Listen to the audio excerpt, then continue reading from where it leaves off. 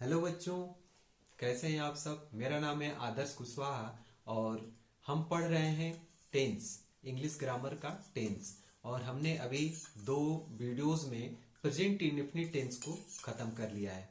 अब आगे जो आएगा प्रेजेंट टेंस, जब हम पढ़ते हैं तो उसको present indefinite tense, present continuous tense, और तीसरा भाग होता है प्रेजेंट परफेक्ट टेंस, और चौथा होता है प्रेजेंट परफेक्ट कॉन्टिन्यूअस टेंस।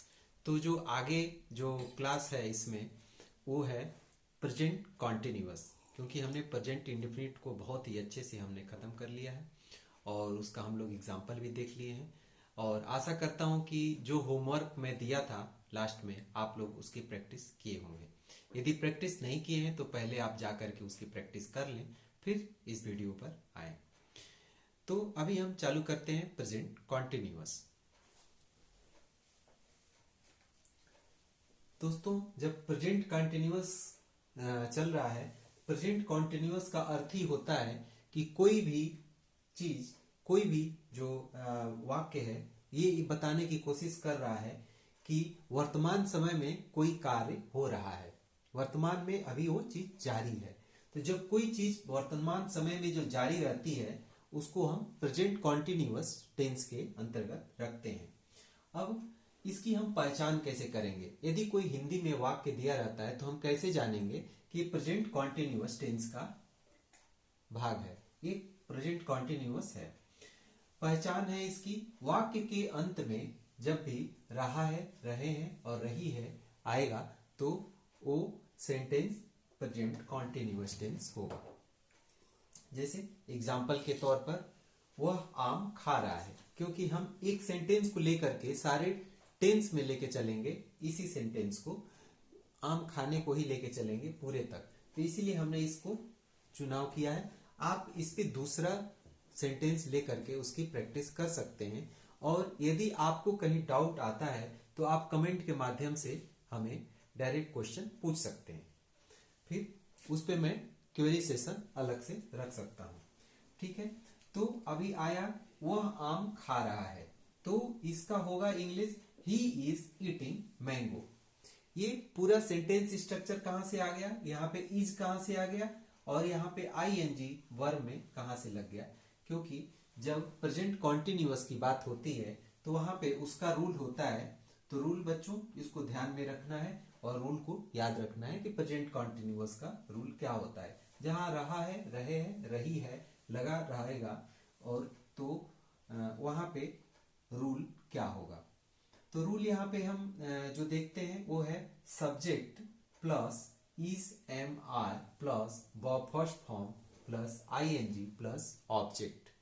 ठीक है, यहाँ पे देख सकते हैं ही इज ईटिंग मैंगो, तो यहाँ पे सब्जेक्ट हो गया, ही क्या है? सब्जेक्ट हो गया, इज हेल्पिंग वर्ब हो गया, ठीक है, और ईटिंग जो मेन वर्ब हो गया, इसमें आईएनजी लगा है, और मैंगो ऑब्जेक्ट हो गया।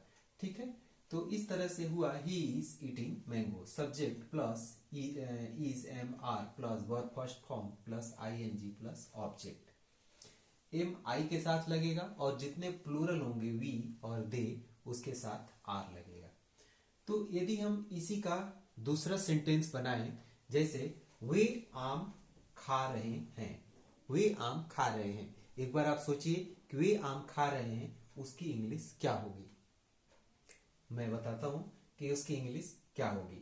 अब वहां पे कुछ नहीं होगा, वो प्लूरल के तौर पे यहाँ पे दे हो जाएगा। दे आर ईटिंग मैंगो, क्या हो जाएगा? They are eating mango. उसी तौर से यदि मैं कहूं कि मैं आम खा रहा हूं तो यहां पे हो जाएगा आई एम ईटिंग मैंगो। ठीक है, अब चलते हैं इस सेंटेंस का, फिर नकारात्मक वाक्य को देख लेते हैं, निगेटिव सेंटेंस को देखते हैं। तो यहां पे हो जाएगा निगेटिव सेंटेंस में वह आम नहीं खा रहा है, क्या हो जाएगा? वह आम नहीं खा रहा है। पहला सेंटेंस जो सकारात्मक था ये क्या था?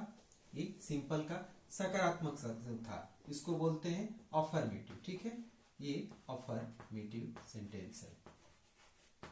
ठीक है, ये अफर्मेटिव है, ही इज ईटिंग मैंगो। और निगेटिव सेंटेंस इसका क्या हो जाएगा? वह आम नहीं खा रहा है। तो यहाँ सिंपली क्या हो जाएगा? He is not eating mango.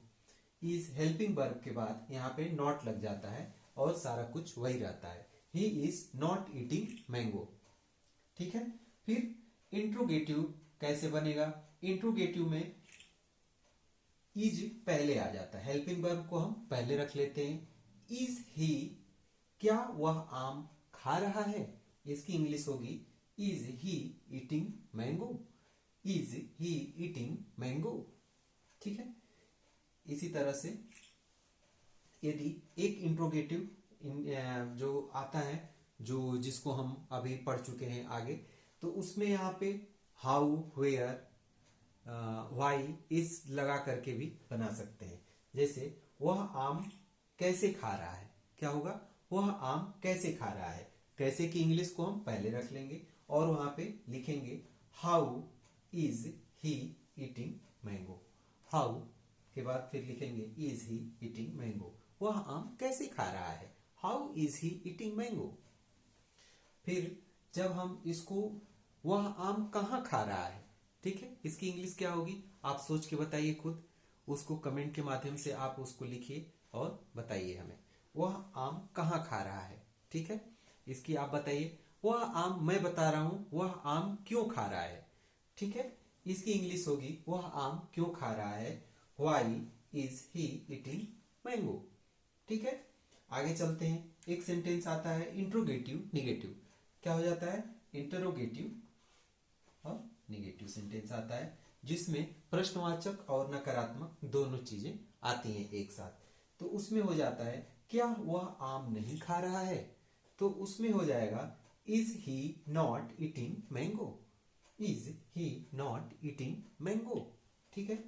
तो दोस्तों हमने अभी पढ़ाए हैं, अभी इंडेफिनिट, हमने प्रेजेंट इंडेफिनिट को अभी हमने खत्म किया था। उसके बाद से हम प्रेजेंट टेंस का जो दूसरा भाग है प्रेजेंट कॉन्टिन्यूअस को हमने अभी खत्म किया है।